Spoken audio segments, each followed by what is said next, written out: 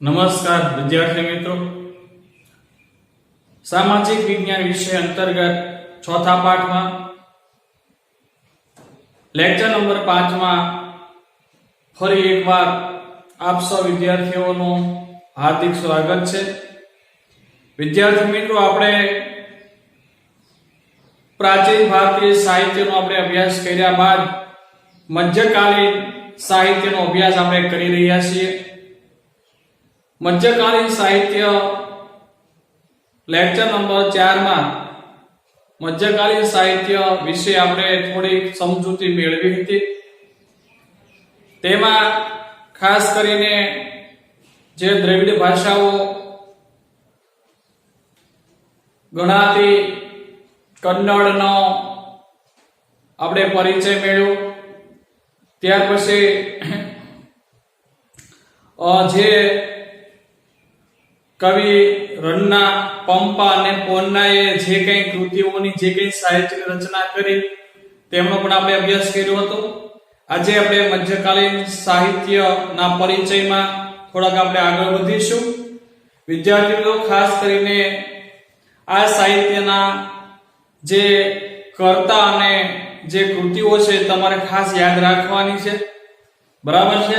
તો હવે આપણે જોઈએ મધ્યકાલીન સાહિત્યમાં આપણે આગળ વધીએ તો ભારતીય ભાષાઓનો વિકાસ અને સાહિત્યિક કૃતિઓની રચના દિલ્હી સલ્તનત કાળમાં વેગેલી બની।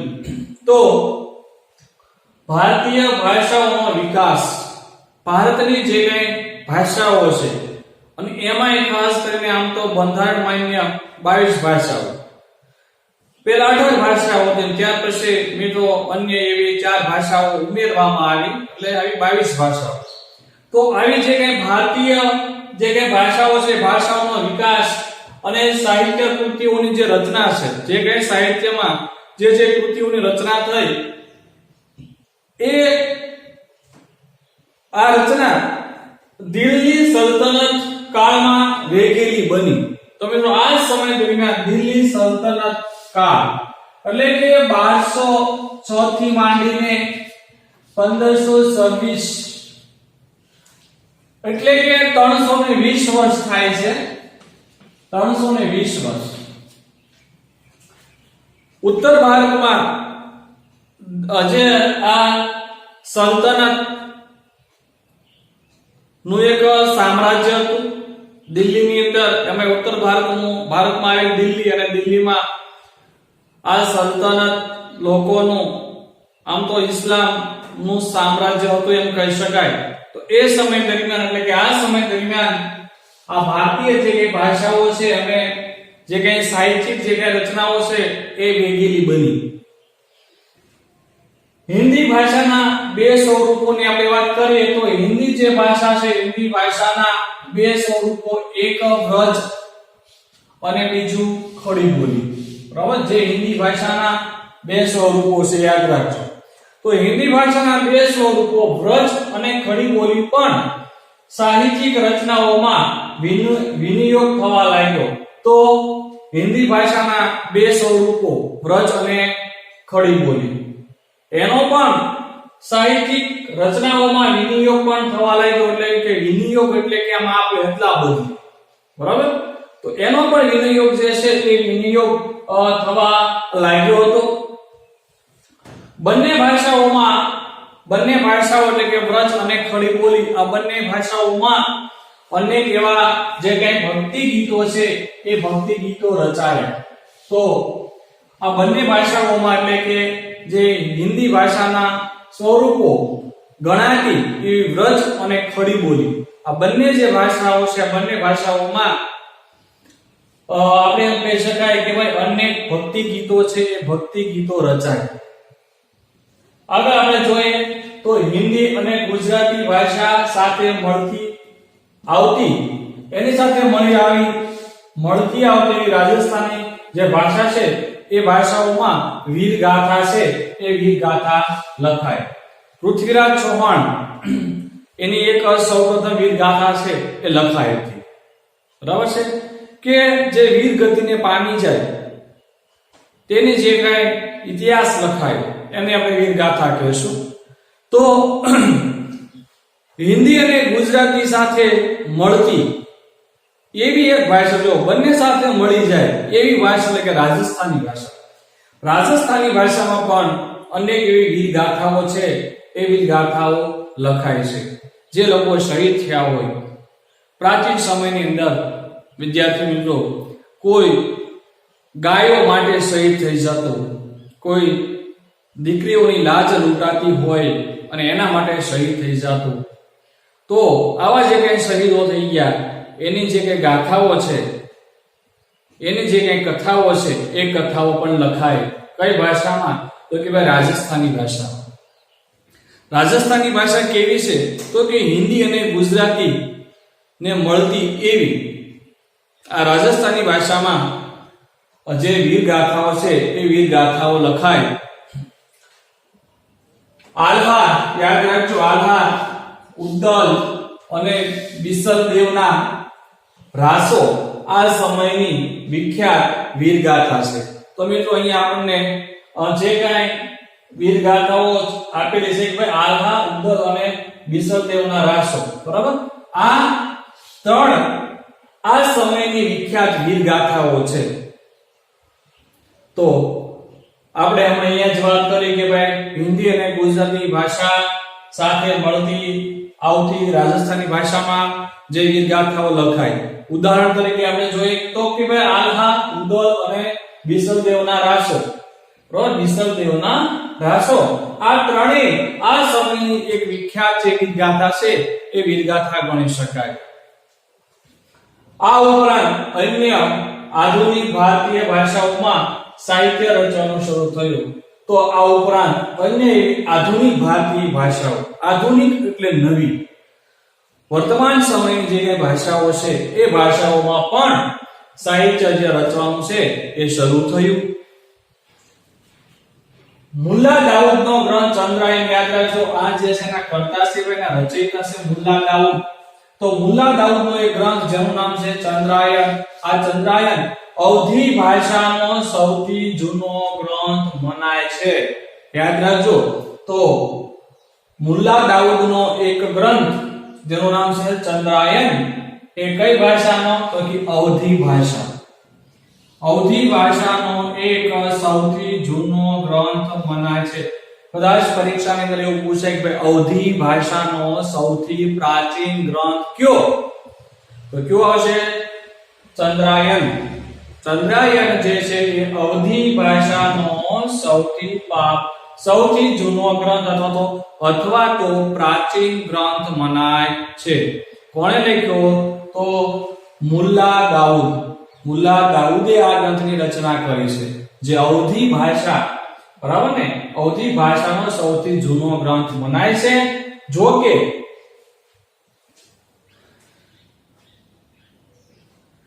કે પ્રાચીન ગ્રંથો પરના ભાષ્યો હજુ પણ આ સમયે સંસ્કૃત ભાષામાં રચાતા હતા. તો ભાઈ જો કે પ્રાચીન જે ગ્રંથો છે, પ્રાચીન ગ્રંથો પરના ભાષ્યો, જે પ્રાચીન ગ્રંથો છે એના પર ભાષ્યોની રચના છે એ કરી. કોણે કરી હતી? શંકરાચાર્ય, બરાબર. તો એમાં કઈ સુધારા વધારા રાખી છે, એને એવા ભાષ્યો એવું નામ આપ્યું. તો જો કે પ્રાચીન ગ્રંથો પરના જે ભાષ્યો છે, ભાષ્યો હજુ પણ આ સમયે સંસ્કૃત ભાષામાં રચાતા હતા. ફારસી ભાષાની મિત્રો આપણે વાત કરીએ. ફારસી ભાષા યાદ રાખજો. હવે અહીંયા આપણે ફારસી ભાષા એક નવી ભાષા, ફારસી ભાષાની વાત કરીએ તો ફારસી ભાષા દિલ્હીના સુલતાનોની રાજભાષા હતી. કઈ ભાષા? દિલ્હીના સુલતાનોની રાજભાષા હતી. તો ફારસી, બરાબર. ફારસી જે ભાષા છે એ ફારસી ભાષા દિલ્હીના જે કઈ સુલતાનો હતા એ સુલતાનોની એક રાજભાષા હતી. એટલે એના રાજ્યની અંદર બધા ફારસી ભાષા બોલતા. રાજભાષા એટલે કે એના રાજ્યની ભાષા. તેના સાહિત્યની અસર રૂપે અનેક ફારસી શબ્દોનો સમાવેશ ભારતીય ભાષાઓમાં થયેલો જોવા મળે છે. તો તેના સાહિત્યની અસર રૂપે, તો મિત્રો જે ફારસી જે ભાષા છે એ ફારસી ભાષામાં ઘણા બધા એવા સાહિત્યોની રચના થઈ અને આ ફારસી ભાષાના સાહિત્યની જે અસર છે એ અસર એના જે શબ્દો છે, ફારસીના જે શબ્દો છે એ શબ્દોનો જે સમાવેશ છે એ ભારતીય ભાષાઓમાં થયેલો જોવા મળે છે. આજે પણ એવી ભારતની જે કઈ ભાષાઓ છે એ ભાષાઓમાં આ ફારસી શબ્દોનો જે ઉલ્લેખ છે એ થયેલો જોવા મળે છે. આ યુગમાં અનેક ઇતિહાસકારો થઈ ગયા. તો આ યુગની અંદર એવા ઘણા બધા એવા ઇતિહાસકારો જે છે ઇતિહાસકારો થઈ ગયા. તેની આપણે વાત કરીએ તો આ ઇતિહાસકારોમાં આપણે એક વાત કરીએ કે ભાઈ જિયાઉદ્દીન બર્નીએ તારીખે ફિરોઝશાહીની રચના કરી. તો જિયાઉદ્દીન બર્ની યાદ રાખજો ના, બરાબર છે. જિયાઉદ્દીન બર્ની તેને તારીખે ફિરોઝશાહી ની એક ગ્રંથ છે એની એને રચના કરી. જિયાઉદ્દીન બર્ની ખાસ કરીને તેમના રચયિતા અને તેમની જે કૃતિઓ છે, જે કઈ ગ્રંથો છે એના નામ ખાસ કરીને યાદ રાખજો અને આ પાઠ તમારા માટે સરળ બની જશે. તો જિયાઉદ્દીન બર્નીએ તારીખે ફિરોઝશાહીની રચના કરી અને આની અંદર આ ગ્રંથની અંદર જે ખલજી અને તુગલક વંશના આ એક વંશ ખલજી વંશ અને બીજો કયો વંશ તુગલક વંશ, આ વંશના રાજ્યનો વિસ્તૃત જે વિવરણ છે એ વિવરણ થયેલું જોવા મળે છે. તો મિત્રો જે જિયાઉદ્દીન બર્નીએ જે તારીખે ફિરોઝશાહી નામના એક ગ્રંથની રચના કરી, આ ગ્રંથની અંદર જે ખલજી અને તુગલક જે વંશ છે એ વંશના જે રાજ્યો છે એ રાજ્યનું વિસ્તૃત વર્ણન છે, વિસ્તૃત વિવેચન છે એ કરવામાં આવેલું છે. યાદ રાખજો કે ભાઈ તારીખે ફિરોઝશાહી જે ગ્રંથની રચના જિયાઉદ્દીન બર્નીએ કરી તેમાં કયા વંશના રાજ્યનું વિસ્તૃત વિવેચન કરવામાં આવ્યું છે? તો ખલજી અને તુગલક આ વંશના જે રાજ્યો હતા એ રાજ્યોનું વિસ્તૃત જે વર્ણન છે આ ગ્રંથની અંદર કરવામાં આવ્યું છે. હવે આપણે આગળ વાત કરીએ તો તેમણે રાજકીય સિદ્ધાંતો ઉપર ફતવા એ જહાંદારી નામનો જે ગ્રંથ છે એ ગ્રંથ પણ લખ્યો હતો. તો જિયાઉદ્દીન બર્નીએ વિદ્યાર્થી મિત્રો રાજકીય સિદ્ધાંતો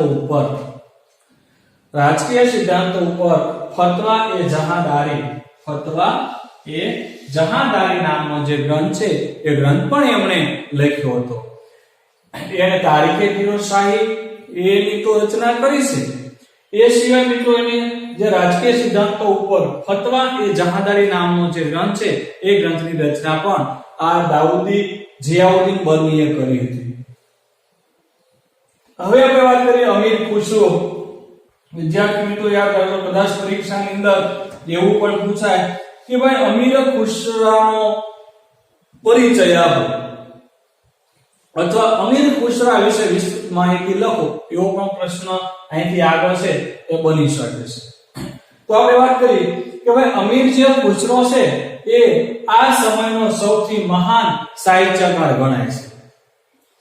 તો અમીર ખુસરો એ આ જે સમય છે મધ્યકાલીન સમયનો એ મહાન એક સાહિત્યકાર ગણાય છે. તેઓ એક કવિ પણ હતા અમીર ખુસરો, ઇતિહાસકાર અને રહસ્યવાદી સંત અને સંગીતકાર માટે એ સુપ્રસિદ્ધ હતા. તો અમીર જે ખુસરો છે એ કવિ, રહસ્યવાદી સંત, ઇતિહાસકાર અને સંગીતકાર તરીકે એ પ્રસિદ્ધ હતા. આગળ આપણે જોઈએ તો તેમની સુપ્રસિદ્ધ હજરત નિઝામુદ્દીન ઓલિયા તેના ગુરુ હતા ભાઈ. તો સુપ્રસિદ્ધ એવા તેમના ગુરુનું નામ આપેલું છે. અમીર ખુસરો જે છે તેમના ગુરુનું નામ શું હતું ભાઈ? તો એમના ગુરુનું નામ હજરત, યાદ રાખજો, અમીર જે ખુસરો છે તેમના ગુરુનું નામ હજરત નિઝામુદ્દીન ઓલિયા એ તેમના ગુરુ હતા. બરાબર છે. ફરી વખત વિદ્યાર્થી મિત્રો અમીર ખુસરા વિશે કોઈ માહિતી પૂછાય, તેમના વિશેનો પરિચય પૂછાય, સમૃદ્ધિ વિશે લખવાનું કે તો યાદ રાખજો. બરાબર. તો અમીર ખુશરો એ મધ્યકાલીન યુગના એ મહાન સાહિત્યકાર હતા, સૌથી મહાન સાહિત્યકાર ગણાય છે. તે એક કવિ, ઇતિહાસકાર, રહસ્યવાદી, સંત અને સંગીતકાર પણ હતા. સુપ્રસિદ્ધ હજરત નિઝામુદ્દીન ઓલિયા તેના ગુરુ હતા. તેમની મહત્વની જે કૃતિઓ છે યાદ રાખો, તેમણે કઈ કઈ કૃતિઓની રચના કરી. તો અમીર જે ખુશરો છે તેમણે આશિકા નૂર, બરાબર છે, આમ તો આશિકા એક કૃતિ, નૂર એ બીજી કૃતિ, સિપીહર એ ત્રીજી કૃતિ, પછી કિરાતુલ સદાયમનો સમાવેશ થાય છે. તો અમીર ખુશરાએ મિત્રો આવી 4-5 પ્રકારની જે કૃતિઓની રચના કરી છે. એમાં આશિકા છે, નૂર છે, પછી સિપીહર છે અને કિરાતુલ સદાયમ. બરાબર. આ કૃતિઓનો સમાવેશ થાય છે. આ ઉપરાંત તેણે અનેક એવા કાવ્ય ગ્રંથોની પણ રચના કરી હતી. તો આ સિવાય બીજા એને ઘણા બધા એવા જે કાવ્ય ગ્રંથો છે એ કાવ્ય ગ્રંથોની રચના પણ આ અમીર ખુશરાએ કરી હતી. પોતાના જે પુસ્તકો છે તેણે એટલે કે અમીર ખુશરાએ પોતાને ભારતીય હોવા પર ગર્વ હતો. જો એ પોતાને અમીર ખુશરો છે ભારતીય હતો અને તેને ગૌરવ હતું, ભાઈ તેને ગર્વ હતો કે હું ભારતીય છું. બરાબર છે. તો અમીર જે ખુશરો છે તેને એ પોતે ભારતીય હોવાનો ગર્વ હતો. તેથી તે ભારતને પૃથ્વી પરનું સ્વર્ગ ગણાવતો અને તેથી આ જે ભારત છે આપણા ભારત દેશને આજે આ પૃથ્વી છે સમગ્ર પૃથ્વી પરનું એક સ્વર્ગ છે એ ગણાવતો. તો અમીર ખુશરાએ સમગ્ર જે પૃથ્વી છે પૃથ્વી પરનું જો સ્વર્ગ ગણાવ્યો હોય તો કયો દેશ? તો કે ભારત દેશ. અમીર ખુશરાએ આ ભારત દેશને આ પૃથ્વી પરનો જે સ્વર્ગ છે એ સ્વર્ગ એને ગણાવ્યું છે. મિત્રો, અમીર ખુશરાને તૂતી એ હિન્દ તરીકે પણ ઓળખવામાં આવે છે. તૂતી એટલે પોપટ થાય, બરાબર ને? એટલે હિન્દનો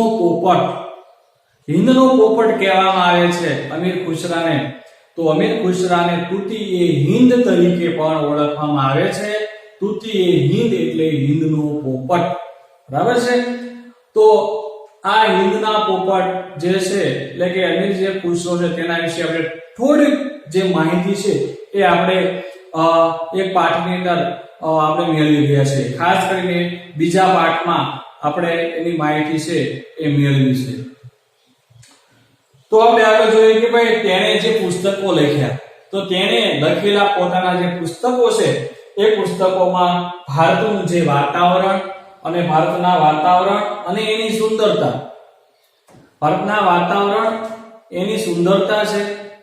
એટલે કે તેમણે પોતાના જે પુસ્તકો છે એ પુસ્તકોની અંદર આપણા ભારત દેશનું જે વાતાવરણ, પછી ભારત દેશની જે સુંદરતા, પછી આપણા ભારત દેશની જે ઇમારતો છે, ભવ્ય જે ઇમારતો છે એ ઇમારતો, એના જ્ઞાન વિજ્ઞાનના પુષ્કળ વખાણ એને કર્યા છે. બરાબર. એના જે જ્ઞાન વિજ્ઞાન એટલે આપણા ભારત દેશનું જે જ્ઞાન છે, આપણા ભારત દેશનું જે વિજ્ઞાન છે, આપણી જે કઈ ભવ્ય ઇમારતો છે અને આપણા ભારત દેશનું વાતાવરણ, એની સુંદરતા, આ બધાના પુષ્કળ જે વખાણ છે એને પોતાના પુસ્તકની અંદર કર્યા છે. તો હવે આપણે પાછા આગળ અમીર ખુશરા વિશે થોડીક માહિતી મેળવીએ. દૃઢપણે માનતા હતા કે હિન્દુ ધર્મનું સાર તત્વ અનેક રીતે ઇસ્લામ સાથે મળતું આવે છે. તો જે અમીર ખુશરો છે એ અમીર ખુશરો દૃઢપણે, ચોક્કસપણે એવું માનતા હતા કે ભાઈ જે હિન્દુ ધર્મનું જે સાર તત્વ છે એ સાર તત્વ અનેક રીતે આમ જોઈએ તો જે ઇસ્લામ ધર્મ છે એ ઇસ્લામની સાથે, ઇસ્લામ જે સાહિત્ય છે ઇસ્લામ સાહિત્યની સાથે મળતું આવે છે એવું એ દઢપણે એટલે કે અમીર ખુસરો એવું માનતા હતા. ફરીવાર કે ભાઈ અમીર ખુસરો એવું દઢપણે માનતા હતા કે હિન્દુ ધર્મનું સારતત્વ અનેક રીતે ઇસ્લામ સાથે મળતું આવે છે, એટલે કે બંને એક સમાન હોય એવું લાગે છે. તે દિલ્હીની આજુબાજુ બોલવામાં આવતી ભાષાને કઈ ભાષા? હિન્દી ભાષા કહેતા. તો જે અમીર જે ખુસરો છે એ આ દિલ્હીની આજુબાજુ બોલવામાં આવતી જે ભાષા છે એ ભાષાને એ હિન્દી કહેતા. બરાબર? એ હિન્દી કહેતા અને તેને એ પોતાની માતૃભાષા ગણાવે છે. જો આ હિન્દી ભાષાને એ પોતાની માતૃભાષા ગણાવે છે. આપણી રાષ્ટ્રીય ભાષા હિન્દી, બરાબર ને? આપણી જે રાષ્ટ્રીય જે ભાષા છે એને આપણે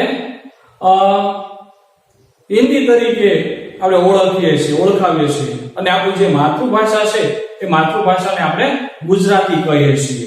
તો એવી રીતે આ જે અમીર ખુસરો છે એ પોતાની જે માતૃભાષા છે એ માતૃભાષા તરીકે આ હિન્દી ભાષાને એ પોતાની ભાષા એ ગણાવતો.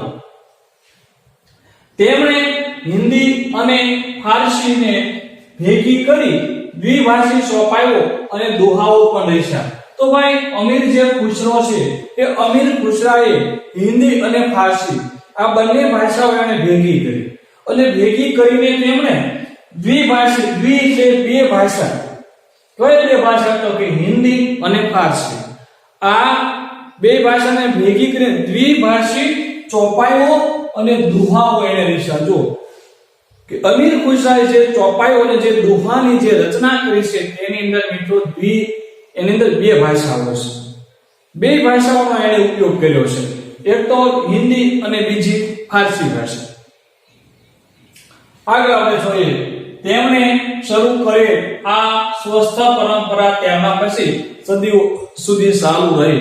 તો આ જે ચોપાઈઓ અને દુહાઓ રચવાની જે શરૂઆત છે એ અમીર ખુસરાએ કરી અને આ જે પરંપરા છે ચોપાઈઓ અને દુહાઓ રચવાની જે પરંપરાઓ છે એ સદીઓ સુધી ચાલુ રહી.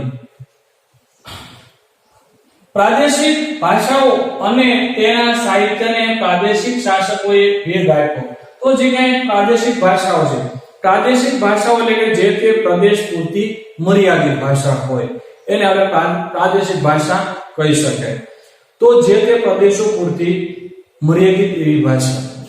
તમે જો આમ કચ્છની અંદર જાઓ તો એ લોકોની કચ્છી બોલી, બરાબર છે ને? તો એ પ્રદેશની અસર એના ઉપર એની ભાષા પર આપણને જોવા મળે છે. તો આ પ્રાદેશિક ભાષાઓ અને તેના જે સાહિત્ય છે સાહિત્યને પ્રાદેશિક શાસકોએ ભેગ આપ્યો અને એ પ્રદેશના જે શાસકો હતા, જે રાજવીઓ હતા, જેના પર શાસન કરતા એવા પ્રદેશો, બરાબર ને, એને આપણે પ્રાદેશિક પ્રદેશો કહેશું. અને એ પ્રાદેશિક પ્રદેશો ઉપર જે શાસન કરતા, જે રાજ્ય કરતા એને આપણે શાસકો તરીકે ઓળખીએ છીએ. અને આ પ્રાદેશિક શાસકોએ તેને પ્રાદેશિક જે સાહિત્ય છે તેને વેગ આપ્યો.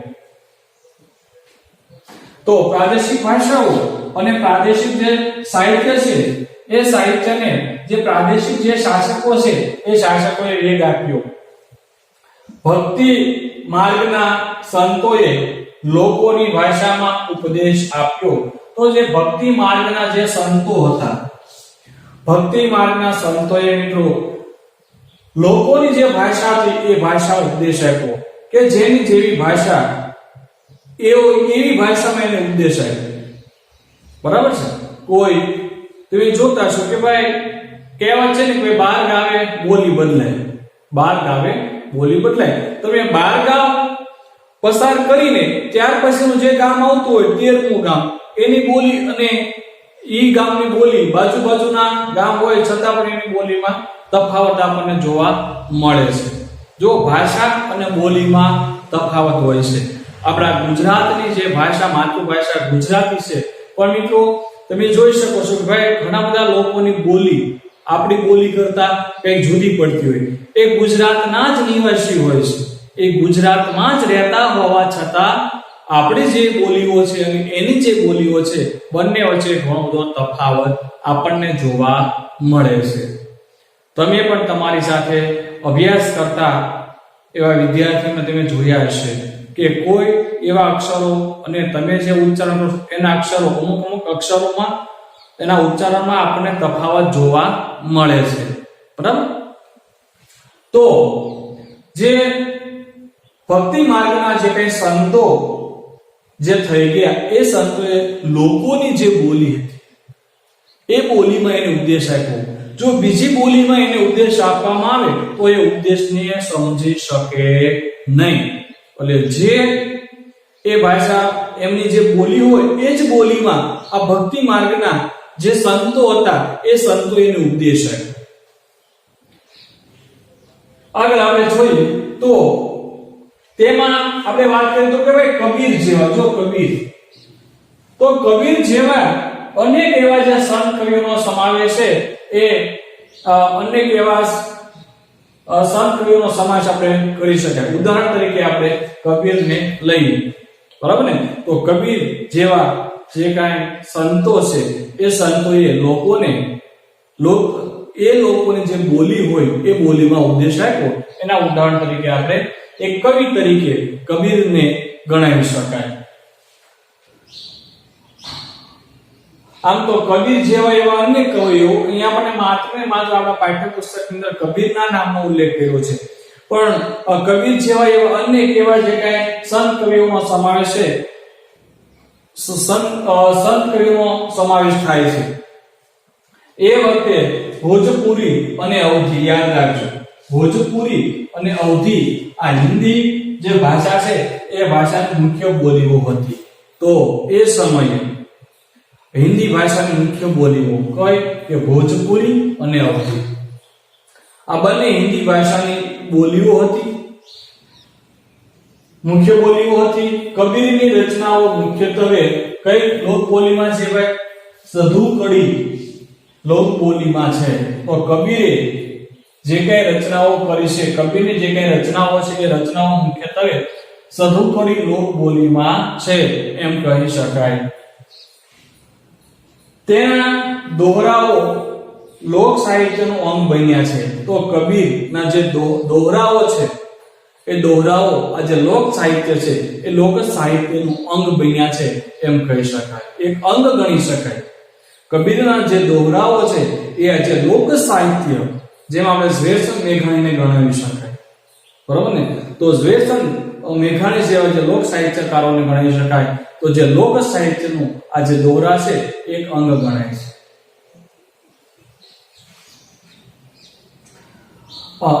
મલિક મુહમ્મદ ઝાયસીએ પદ્માવત નામનું મહાકાવ્ય લખ્યું છે. તો આ મલિક મુહમ્મદ ઝાયસી, બરાબર છે, તેમણે પદ્માવત, યાદ રાખજો, પદ્માવત નામનું શું લખ્યું છે ભાઈ? મહાકાવ્ય લખ્યું છે. આ ઉપરાંત તુલસીદાસનો પ્રસિદ્ધ ગ્રંથ જે તમને ખ્યાલ હશે, જેનું નામ છે રામચરિતમાનસ. બરાબર? કોણે લખ્યો? કે ભાઈ તુલસીદાસ. તુલસીદાસનો પ્રસિદ્ધ ગ્રંથ રામચરિતમાનસ આ સમયે કઈ ભાષામાં? તો કે અવધી ભાષામાં લખાયો. આ સમયે અવધી ભાષાના બીજા કવિઓ પણ થયા. તો મિત્રો આ સમયમાં અવધી જે ભાષા છે એ અવધી ભાષાના એવા બીજા જે કઈ કવિઓ છે એ કવિઓ પણ થયા છે. બરાબર? કવિઓને પણ ગણાવી શકાય. તો અહીંયા આપણે લેક્ચર નંબર 5 પૂરો કરશું.